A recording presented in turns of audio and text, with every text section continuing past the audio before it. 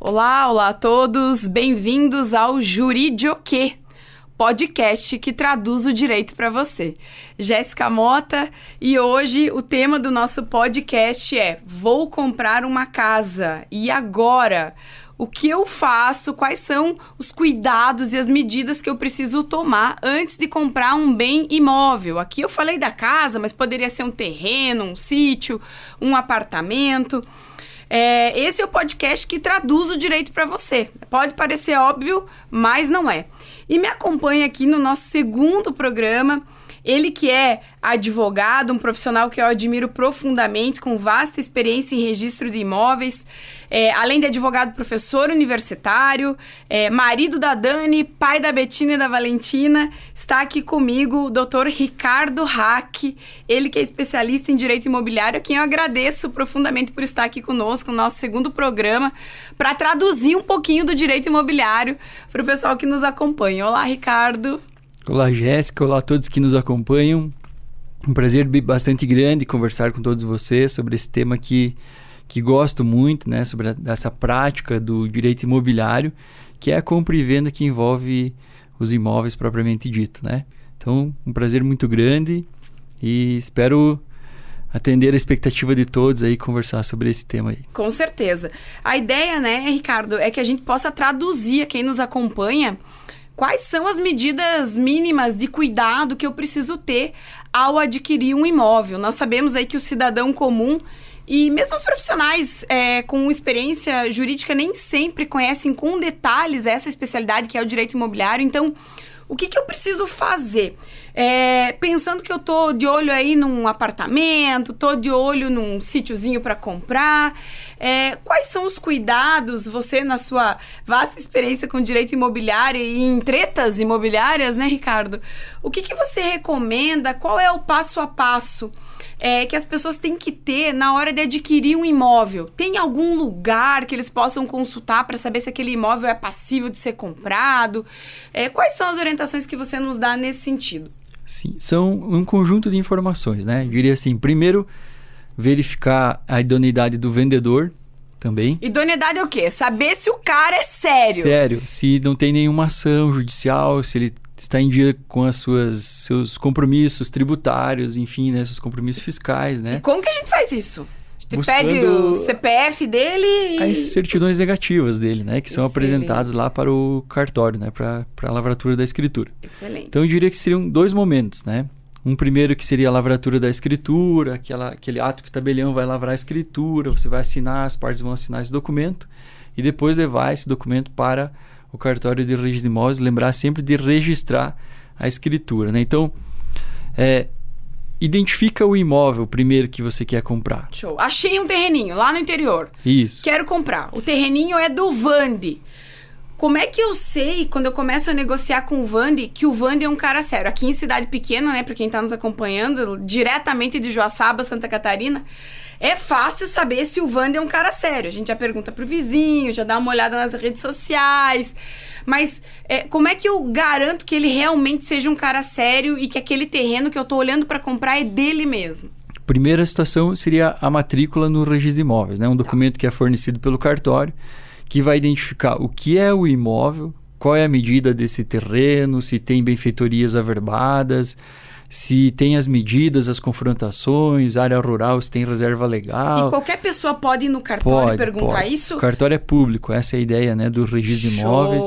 Né? Qualquer pessoa pode ir lá e solicitar uma informação, né? Show. Quero saber quais imóveis que o Vande possui. Show! Aí tá lá o terreninho que eu quero comprar. Benfeitoria, né? Pra quem tá nos acompanhando, benfeitoria é o que é feito em cima daquele imóvel. Pode ser uma casa, pode ser um açude com uma ponte. Tudo isso é chamado de benfeitoria, certo? Pode ser um aviário, enfim, diversas construções na área rural, aqui né? na nossa região é muito comum, né? Aviário, chiqueirão, enfim, todas essas questões, né, que envolvem o imóvel rural. Certo. Então, lá no cartório, quando eu procurar pelos imóveis do Vande, eles poderão me dar essa informação e verificar se aquele terreno, primeiro, é do Vande. Imagina se não é do Vande aquele terreno.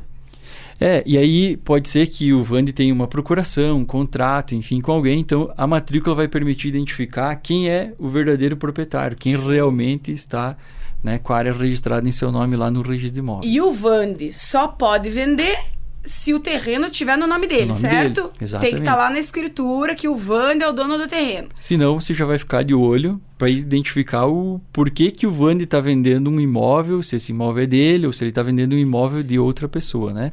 Certo. Identificando também o imóvel vai permitir que você tenha uma verificação melhor em loco sobre o que realmente está registrado e o que existe fisicamente. Ah, excelente. As medidas, as confrontações, tudo isso que, via de regra, estarão presentes na matrícula.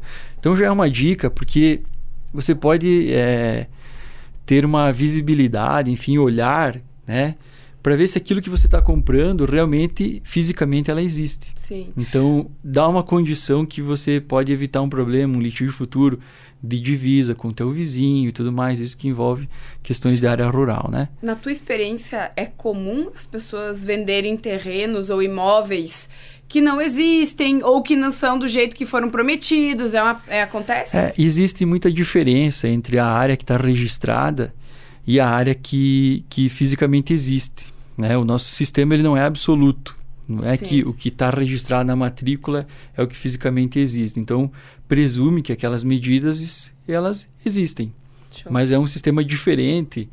Né, E antigo também, né? Vamos pensar que, sei lá, 100 anos atrás, nós não tínhamos essa condição de georreferenciamento que a gente tem hoje. Era o quê? Meio na trena, no piquete, né? Mede com quanto? corda, tudo mais, corda, né? Tá certo. Então, e isso, né, na nossa questão geográfica, enfim, né, o tamanho do nosso território ainda não permite que a gente tenha, né, esse sistema de presunção absoluta entre o que está registrado e o que existe fisicamente, né? Então, a gente tem algumas divergências, né? Alguns imóveis ainda apresentam divergências de medidas. Isso né? quer dizer o quê? Traduzindo, né? Ele diz que o imóvel tem 400 metros quadrados, mas na prática o terreno que ele está te vendendo tem 380, por exemplo. Isso. Então isso é uma divergência. Isso. O documento diz que é 400, mas na prática diz que é 380. Aí faz o quê? Vai lá e pede para alguém medir? É uma alternativa, isso, poderia, né, por procedimento talvez de retificação de área, alguma coisa nesse sentido, né, dependendo do procedimento, adequar essas medidas, tornar aquilo, né, a parte que está no papel, verdade com o que está no fisicamente físico. Existente. Isso aí. Mas essa já dá, esse olhar prévio já nos dá uma condição. Primeiro de saber se eu estou comprando um imóvel que existe. Aqui em Joaçaba, há uns anos atrás, uma onda de aquisição de terrenos na praia, no litoral. E tem muitas pessoas que até hoje comentam que fizeram um contrato de compra e venda de um imóvel na praia, não foram verificar onde era o imóvel, e hoje o imóvel não existe, ou o imóvel fica localizado numa área de preservação permanente que não se pode construir nada. Então, assim, de cara, a pessoa que está te vendendo o imóvel é séria, né? Verifica isso. O imóvel é dela ou de alguém que ela representa e possa vender? Como é que eu sei? Vai no cartório, pergunta sobre o imóvel. Até aí tudo bem, estamos indo bem. Isso, e aí importante também, né, verificar se ele existe realmente, né? Como a professora Jéssica comentou, muitas pessoas apresentam a matrícula, existe, né? Muitos imóveis no litoral foram apresentados a matrícula, você comprou, fez a escritura, registrou. Mas nunca tomou posse, nunca foi lá usar o terreno. Tá. E hoje o terreno ele não existe. Ou ela é uma duna, ou é uma área de preservação permanente, enfim, é um lago, é também ter a posse, o uso, usar a coisa, né? Então, a ideia é que a pessoa possa usar, não só ter o documento, a escritura e registrar. Porque de nada adianta eu ter o registro e dizer assim, ó, eu sou o dono desse terreno, que não existe. Então, eu tenho a propriedade, mas eu não tenho a posse. O que nós queremos é propriedade e posse. Isso. Até porque, de repente, esse uso por parte de outra pessoa pode gerar um direito para ela que seria um uso capião. Então, a gente vai fazer um programa só sobre esse tal de uso capião aí, que o que trem é esse, né? Que é para adiantar a possibilidade que eu tenho de ter reconhecido a propriedade de um imóvel que não era meu, mas que por muito tempo eu usei de modo pacífico. Então, a gente vai fazer um programa só sobre uso capião. E é um problema que nós temos no direito imobiliário, né? Bastante, né? Então, muitas pessoas compraram o imóvel por contrato, não lavraram a escritura, não registraram a sua escritura e ainda não são, né, verdadeiros proprietários do bem. Precisam desse procedimento, que seria uma ação de usucapião, que hoje pode ser diretamente no cartório, né? Facilita um pouco essa tramitação para que a pessoa possa se tornar efetivamente proprietária, né? Tá ótimo. Um cuidado, Jéssica, também que tem que ter com o imóvel, né? Na identificação correta desse imóvel, verificando a idoneidade do proprietário, verificar também então a legalização, enfim, o que é esse imóvel, se ele existe, se a benfeitoria, a casa está averbada, né? Aquele chamado puxadinho, se ele foi averbado, né? Porque de repente você vai financiar e não vai conseguir, né? Porque a benfeitoria não estaria regularizada. É comum venda de imóvel sem escritura? Então, eu tenho um imóvel para vender, fiz um contrato de compra e venda e quem está comprando o imóvel não percebeu ou não se deu conta de que o imóvel não estava escriturado. É um problema. Um outro problema é quando tem escritura, mas a escritura não é real, tanto com relação ao tamanho do imóvel, quanto em relação ao que tem dentro do imóvel. Bem comum, porque muitas vezes é um sonho que a pessoa está realizando de adquirir o imóvel, né? Então, naquela vontade de fechar o negócio, quando ela consegue finalizar o negócio, ainda mais se é o imóvel, né, que é a moradia da pessoa, que é o bem, né, que é um maior desejo, ter onde morar, enfim, né, ter a sua propriedade, sua casa própria, muitas vezes a pessoa vai pela emoção, né, e acaba fechando o negócio e no sentimento que um dia vai ter o documento daquela área, né? Então nem sempre se resolve de uma forma tranquila. Pode até conseguir regularizar, mas de repente vem outros custos, né, para a regularização. Então, e o tempo? Tudo que a gente está falando aqui em termos de ações preventivas é para evitar que você gaste tempo e dinheiro desnecessários em razão de alguns cuidados que você poderia ter antes de adquirir o teu imóvel, antes de comprar a casa, antes de comprar o terreno. São alguns cuidados, como nós dissemos sempre, preventivos e que adiante vão evitar dor de cabeça, custos desnecessários, apesar de que os advogados gostam, né? Mas vão evitar um estresse aí para o comprador do imóvel. Então, esse cuidado de verificar se esse imóvel efetivamente está lá no cartório, tem a escritura do imóvel, é do dono, confere com o que existe, né, em termos de bem mesmo. É um terreno com tal metragem.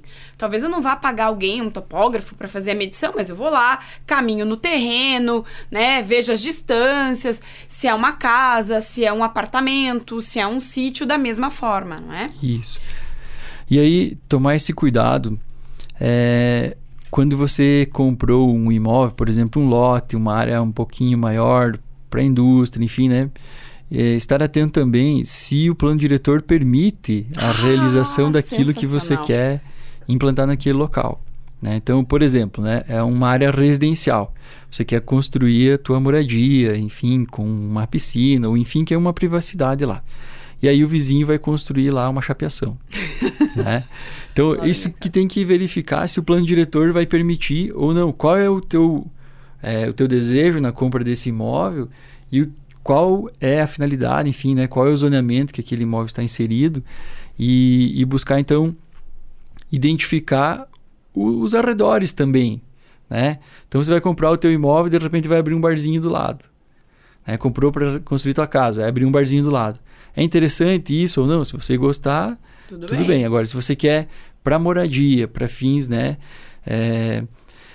De ter um pouquinho mais de tranquilidade nesse sentido, então cuidado com os horários, né? Esse que é um ponto-chave também de identificação. E pode o oposto acontecer, né? Você investir num terreno gigante, pensando em fazer um baita de um barracão para tua empresa, para tua atividade industrial, adquirido o terreno, percebe-se que aquele é um espaço que não pode ter atividade industrial. Empresarial. Isso. É um problema também. Então, além de verificar todas essas questões afetas ao imóvel, verificar se o que você quer fazer com o imóvel é possível naquele lugar. Isso. Para não ter aí um transtorno depois de ter que mudar o seu espaço de lugar.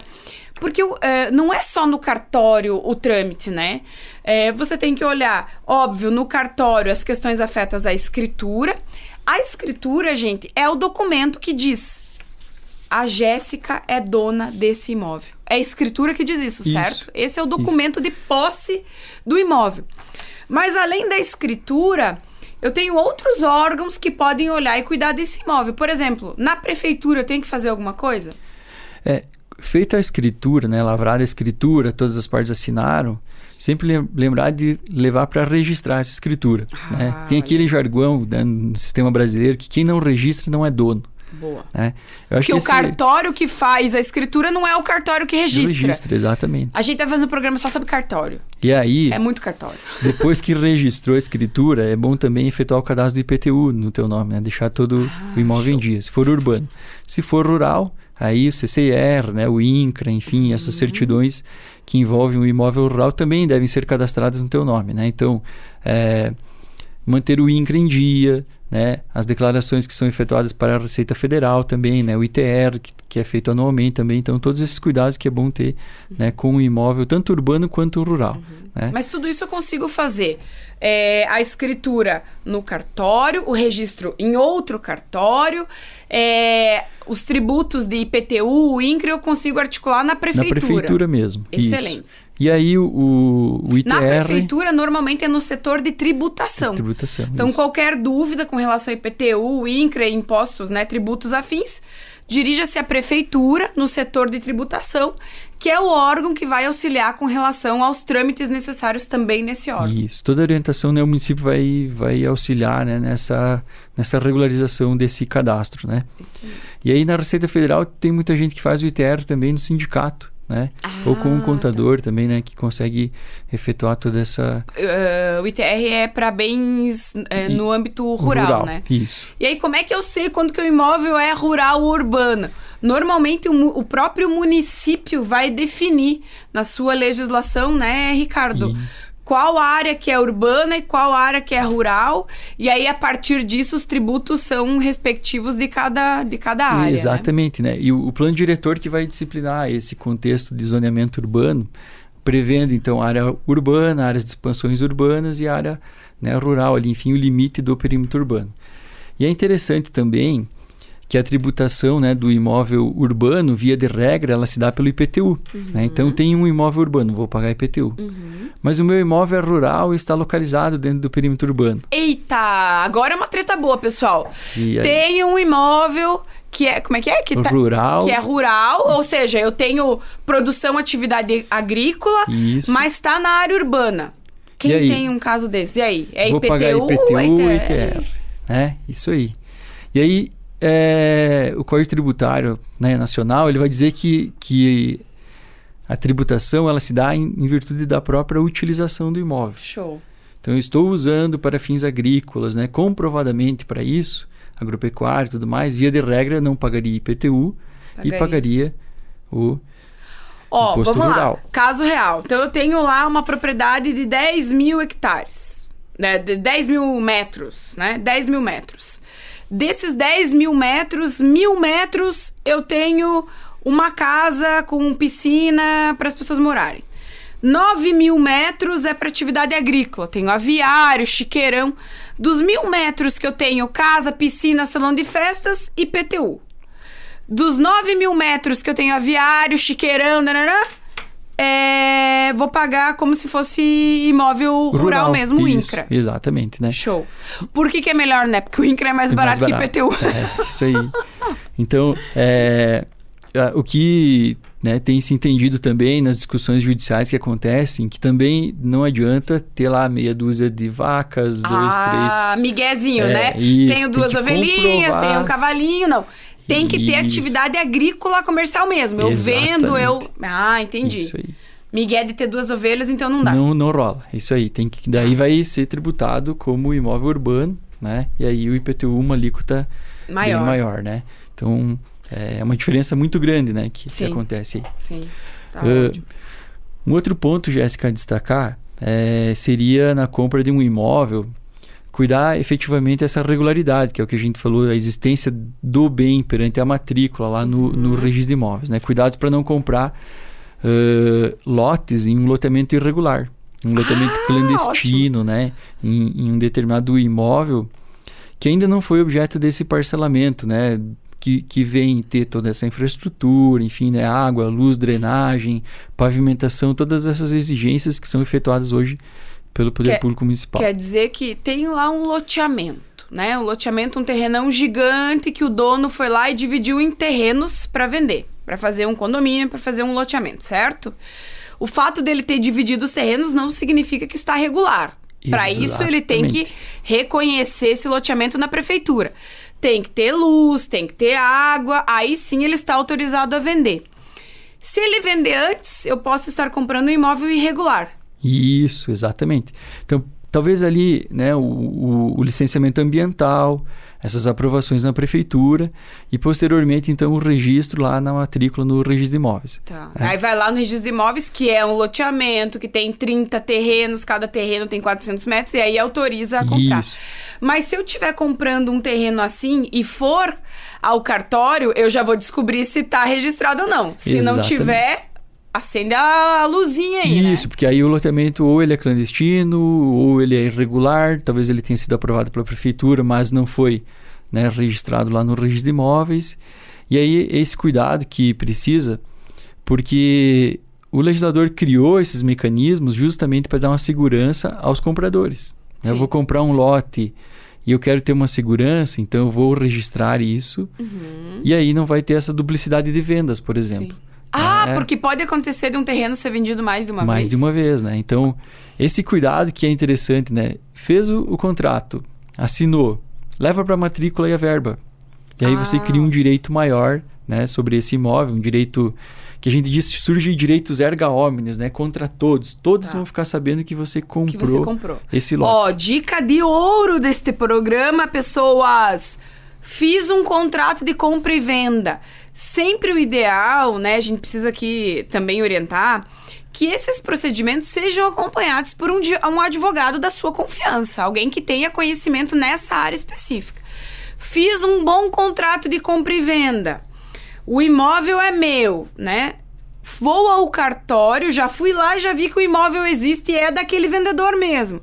Registro, posso averbar. Averbar é registrar naquela matrícula, mencionar na matrícula que aquele terreno, que aquele imóvel foi vendido para mim. Posso fazer isso? Pode. Isso quer dizer que se outra pessoa quiser comprar esse terreno e for lá no cartório, vai ver, alguém já comprou. Já foi vendido. Esse vendedor aqui tá querendo me vender o mesmo terreno duas vezes. Exatamente. Né? Ou já vendeu, tá querendo vender 2 vezes. Então, dica de ouro, né? Vê se o imóvel existe. Vai no cartório. Beleza, existe, é do dono, tá lá o contrato, fisicamente o imóvel que diz que é. O apartamento é daquele jeito. Faz o contrato de compra e venda com um bom advogado, registra, vai lá e averba esse contrato de compra e venda lá na matrícula. Isso. Excelente. E aí o vendedor não consegue vender para outra pessoa sem que você manifeste a tua anuência, né? Então, fica aquele imóvel amarrado, eu diria assim, para você aquele contrato de compra e venda. Exatamente. Pode o vendedor tentar fazer outros contratos de compra e venda, mas sempre vai valer aquela averbação que você fez antes na matrícula. Exatamente. Então, você que tem aquele direito, né? Você deixou claro publicamente, aí tá o efeito erga omnes, né? Vamos traduzir esse negócio pro pessoal aí. Fica público que você fez um contrato de compra e venda antes que outras pessoas. Logo, o direito ao imóvel é seu. Exatamente. Né? São todos tantos termos, né, Jéssica, eu diria assim, tantos cuidados, né? Sim. Então é importante mesmo o acompanhamento de um advogado para que possa efetuar, enfim, todos esses passos aí. Mas esses cuidados já vão auxiliar bastante, né, o comprador, né, buscando a matrícula no registro de imóveis, buscando saber a idoneidade do vendedor. Se o bem existe. Isso, se esse imóvel existe, se é aquilo que realmente te interessa. Buscando essas informações perante o município, né, o plano diretor, enfim, essas condições. Se aquilo que você quer instalar, o teu empreendimento que você quer realizar, aquele local permite, né? Lavrar a escritura, né? Terminou de pagar, faz a escritura, registra essa escritura, né? Transfere o imóvel para o teu nome e lembra sempre de deixar os impostos em dia, né? Então, acho que são cuidados extremamente necessários, né? Para a lavratura de uma escritura. Porque, Ricardo, se eu tiver num imóvel irregular, comprei lá o terreno num loteamento que não está regular, comecei a construir minha casinha, eu posso ter um problema? Posso não conseguir morar na minha casa? Posso ter essa casa, a obra embargada, por exemplo. Embargada é quando alguém diz, né? O órgão responsável diz, chega, não se faz mais nada nessa obra até que se regularize. Isso pode acontecer? Pode. Já vi casos, Jéssica, que são áreas de alagamento, áreas que não se permite o parcelamento de solo, que a inclinação não permite criar uma matrícula, um lote naquele local. Então, são áreas de preservação, áreas que não caberiam o parcelamento. Né? Então, tem toda uma preocupação, enfim, do legislador, né? E cabe uma fiscalização também por parte da prefeitura, enfim, né? Muitas vezes, quando chega no conhecimento do Ministério Público, tomar medidas ali para embargar, né? A ideia é assim, que um loteamento irregular não deve se vender lote naquele local. Né? Busca-se dar uma segurança cada vez maior para as pessoas, que elas comprem o imóvel e que possam, com segurança, construir as suas edificações naqueles locais. Até porque se o imóvel está irregular, começa a construir minha casa, não tem luz, não tem água, daqui a pouco realmente é um terreno que não era apropriado para aquela construção. Isso. Coloca em risco a vida das pessoas, não só as questões financeiras, mas a vida também dos indivíduos, né? E diversas situações a gente tem, né, no estado aí, de pessoas que compraram lotes, pagaram todo o valor e o loteador não terminou, não concluiu a infraestrutura. Então, a pessoa comprou o lote, né, sofrido, construiu a sua casa, tem luz, mas não tem água. Puxa. Ou tem água e não tem luz, né? Enfim, diversas situações que a gente tem aí que demonstram, né, essas irregularidades. Então, tomando esse cuidado para verificar se o imóvel ele está registrado lá na matrícula, lá no registro de imóveis, já é um bom caminho, né? Porque demonstra que o loteador tomou os cuidados necessários para registrar, né, o imóvel. E assim, durante a fase de implantação do loteamento, ele deixa alguns imóveis em garantia para o município, em caução, lá em hipoteca, que seriam lotes hoje que servem para que, se o loteador não concluir as obras, o município possa alienar aqueles imóveis, né? Possa vender os imóveis. E com o dinheiro terminar a infraestrutura para aqueles que compraram os lotes, né? Então, excelente. Esse é um cuidado, né? Agora, se o loteador comprou, vendeu todos os lotes lá e não regularizou nada, qual é o interesse dele de regularizar aquele loteamento irregular? Ele já vendeu tudo, já recebeu todo o valor, né? Já está no Paraguai uma hora dessas. E vai deixar as pessoas, né, à mercê da regularização, sem infraestrutura, com as aberturas de vias de forma precária, sem água, sem luz, né, sem essa infraestrutura toda aí. Por isso a importância, né, de verificar também do vendedor a idoneidade, verificar se existem as certidões negativas. As pessoas falam, mas o que é uma certidão negativa, né? O próprio cartório vai trazer uma lista de documentos e o indivíduo vai ser orientado a buscar. Certidão negativa é um documento que diz que aquele indivíduo não tem problemas em algum lugar. Seja uma certidão negativa de IPTU, ou seja, tá tudo pago, né? Aquele imóvel, daqui a pouco eu compro um imóvel que tem uma dívida de IPTU. Aí o antigo dono sumiu, eu não consigo comprar, eu vou ter que regularizar isso e tentar cobrar dele depois. Muito ruim. Esses gastos, né, que a gente consegue evitar com alguns cuidados. Sem falar que se eu quiser comprar um imóvel e financiar ele, né, e pedir dinheiro de um banco para me ajudar a pagar esse imóvel, eu não consigo se ele estiver irregular. Certamente o banco financiador vai olhar tudo, vai olhar o imóvel, vai olhar o dono do imóvel, vai olhar as certidões negativas. Isso. Eu comento assim com os alunos geralmente que muitas pessoas compraram os imóveis ali na década de 80, 90 por meio de contrato, construíram sua casa, né? E aí depois a família foi aumentando. E hoje precisam ampliar um pouquinho essa edificação. E aí vão lá no banco, o banco diz, eu tenho um crédito aqui para ti. Eu preciso de um imóvel em garantia. Aí a pessoa diz, eu tenho a minha casa. Aí muitas vezes ela tem a escritura, mas não registrou, ou tem o contrato, e aí vai ter que propor de repente uma ação de usucapião, enfim, uma ação lá para regularizar a propriedade, né? E muitas vezes está lá averbado 70 metros quadrados da casa, e os outros 30 não tá. E ela quer ampliar um pouquinho mais hoje. Então precisa de uma regularização, um alvará de ampliação, né, enfim, de tudo que aconteceu para adequar aquela situação que está na matrícula com o que existe lá fisicamente. Bom, eu consigo fazer essas regularizações grande parte no cartório, certo? Se eu tiver só o contrato de compra e venda, eu tenho uma casa, eu tenho um contrato lá de compra e venda que é de 1989 dos meus pais, eu consigo ir ao cartório e administrativamente fazer usucapião disso e fazer a escritura? Hoje existe uma discussão, só um parênteses ali, né? Quando tem um contrato, se cabe uso capião ou seria uma adjudicação compulsória. Show. Então, o caminho que você vai Qual propor, né, para regularizar.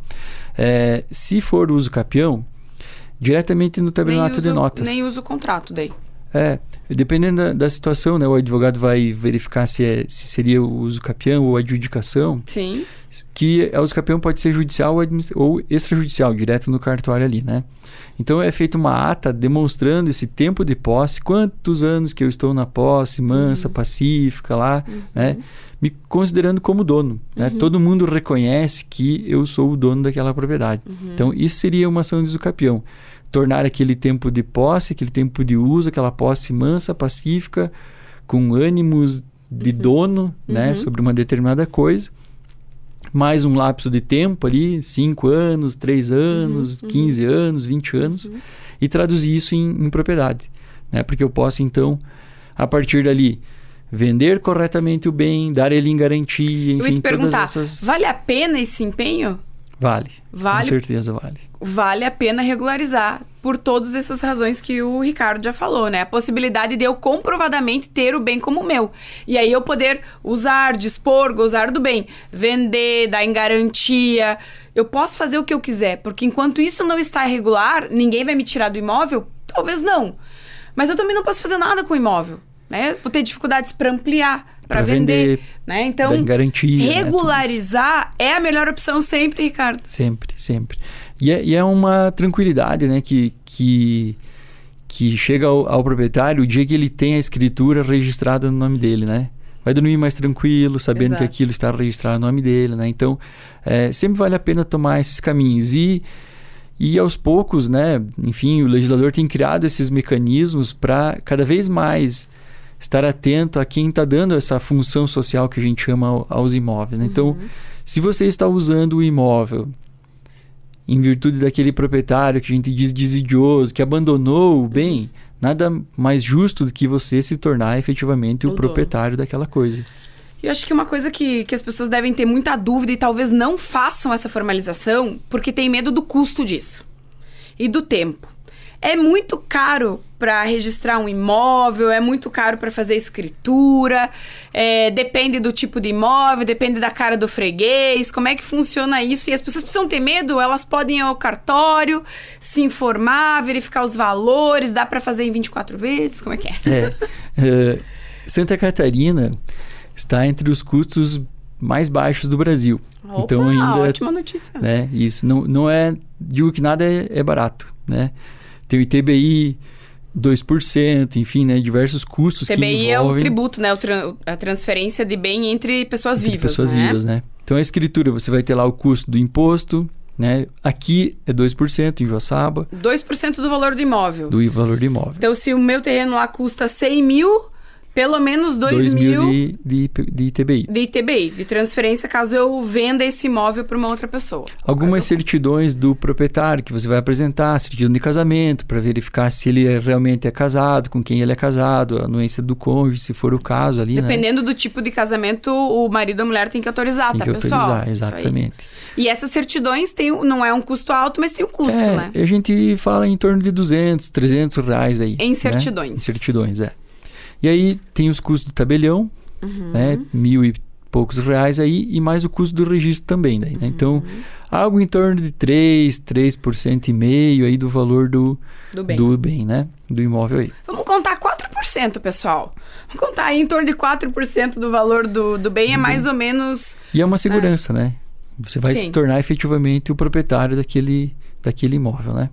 Não se incomoda mais, né, Ricardo? Isso aí, essa é a ideia, né? Se tornar o proprietário e poder dar aquele uso, né, que tanto se deseja, usar, gozar, dispor, enfim, reaver, pelo direito de propriedade que foi criado, né? E toda a proteção que existe, né, do direito de propriedade na nossa legislação. Cara, sensacional. Eu acho que o objetivo né, do podcast, que é realmente traduzir, explicar, ser a tecla SAP aí do direito para as pessoas com relação à aquisição de um bem imóvel, que pode ser uma casa, pode ser um terreno, pode ser um apartamento, pode ser um sítio, não importa. Se você vai comprar um bem imóvel, tem que ter alguns cuidados, que são esses que foram mencionados pelo Dr. Ricardo. Primeiro, a pessoa que está te vendendo esse imóvel, me ajuda, é o dono mesmo? É um cara sério? Primeira dica, né? Isso. Segundo, vai no cartório de registro de imóvel e verifica gratuitamente se aquele sujeito que está te vendendo o imóvel é o dono do imóvel, se ele tem escritura, se ele já não vendeu esse imóvel para uma outra pessoa. E paga o valor de uma certidão, né? Tá R$25 por aí o valor de uma certidão. Você sai com um documento público descrevendo o que é o imóvel e quem é o proprietário. Olha só, você pode saber do bem gratuitamente, mas também tem essa condição de requerer uma certidão de regularidade.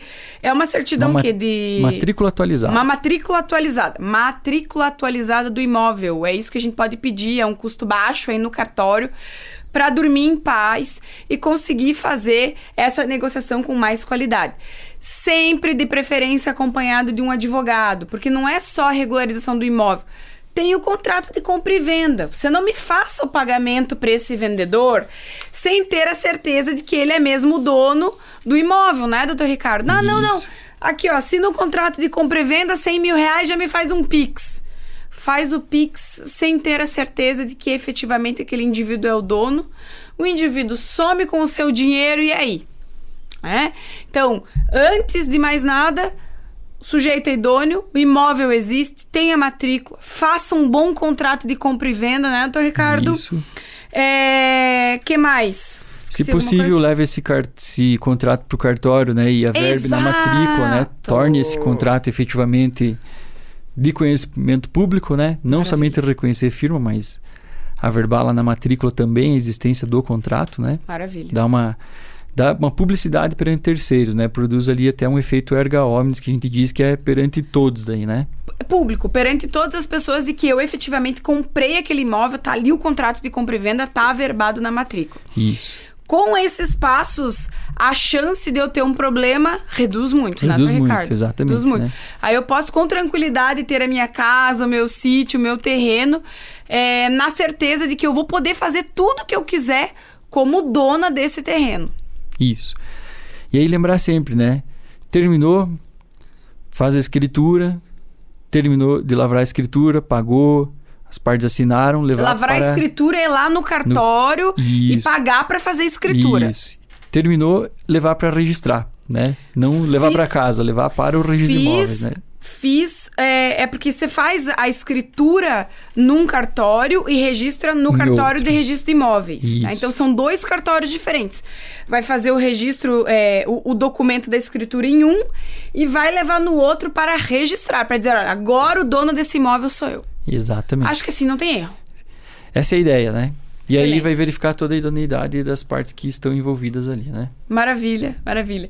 Pessoal, espero que tenha ficado claro para todo mundo, inclusive para mim, excelente aula aqui do Dr. Ricardo, sobre os cuidados, o que eu preciso fazer na hora de adquirir um imóvel e minimizar a chance de ter um problema, de ser passado para trás, de ter um prejuízo, de ter uma incomodação, uma dor de cabeça, não é, Dr. Ricardo? Exatamente, né? Na dúvida, consultem um advogado da sua confiança, por favor.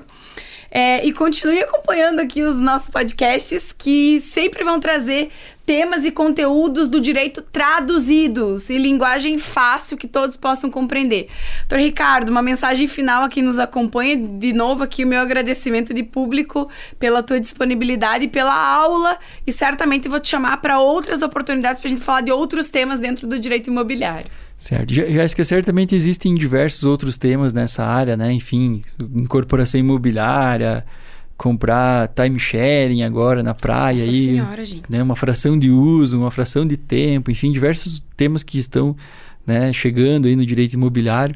Queria agradecer a presença mesmo, né, a oportunidade de conversar contigo sobre esses temas e ficar sempre à disposição. Muito obrigado. Maravilha, um abraço a todos. Vandi, obrigada, né? Tu não comprou imóvel, mas tá aí com a gente. Obrigada, um abraço a todos.